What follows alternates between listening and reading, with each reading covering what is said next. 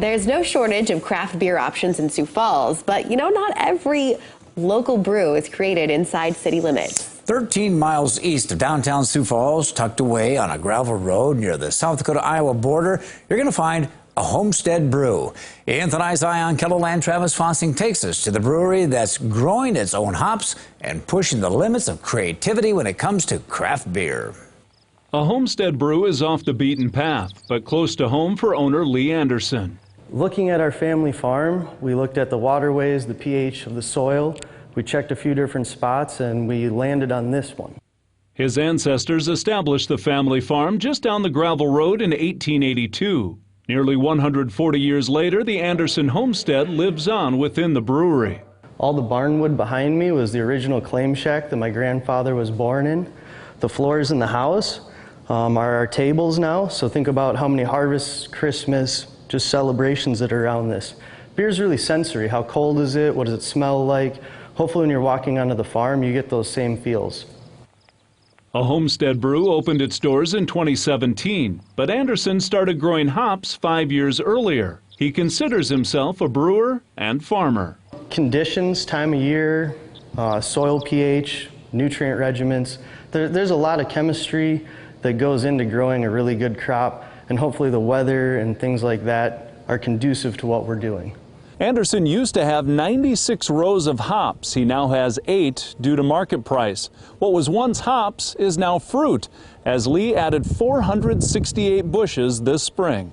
Raspberries, blackberries, red currant, maple trees. So hopefully we can concentrate a little bit more on other varieties and then sit back in that brew room and try to put a good quality product out. This hop farm is right out in the middle of farmland, and it kind of adds to the cool factor and the unique factor of this place.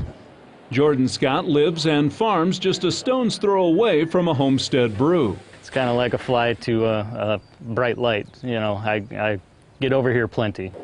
He's a fan of the beer. You can tell Lee is passionate about the beers he brews. You can taste it in the different types of beers that he has. I've never had a bad beer here, and it'll keep me coming back.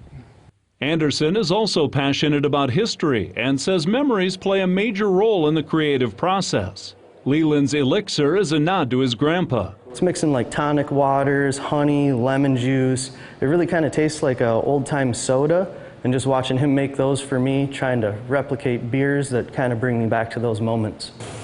Fluffhead brings Lee back to one of his first jobs. When I was 12 years old, I got to work at the state fair, and I got to make all the cotton candy I wanted. It was for a week-long process, and just going back to those memories.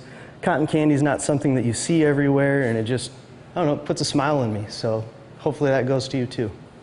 Couldn't quite wrap my head around it when I first heard about the edible glitter part, but the blue raspberry cotton candy, the lemon warheads, and the glitter, everything that kind of goes all into it. You pour that into a glass and it just screams fun. Isaac Dillon is a wine and spirits manager at Hy-Vee on Sycamore Avenue in Sioux Falls. He says Homestead has captured an audience with its sour beers. Homestead's been a really great brewery to kind of catch on to that category, to create those fun, fruity, crisp, sour, tart, and refreshing fruity beers. You'll find a long line of Homestead creations on Dillon's shelves, which means something to Anderson. Everything. It's all the work outside, it's all the years of building, the time in growing, brewing, putting it together to finally get it in front of people. You can grab a beer straight from the farm for a few hours each week. For us to be able to be in the brew room, selling the beer, outside growing all the plants, it just makes the most sense for us to be open Fridays from 5 to 9 and Saturdays from 2 to 9. But don't forget your map. I'm surprised at how many people will make the trek out here and drive down a gravel road for a good beer, but it is unique, like you said, and it brings people out to see the farm and keep coming back. A lot of people don't know maybe how to get here, or when they walk into the environment, what it's going to look like. But when everybody leaves, I think we have a good foundation started. With Eye on KELOLAND, I'm Travis Fossing. Gravel road for a good beer?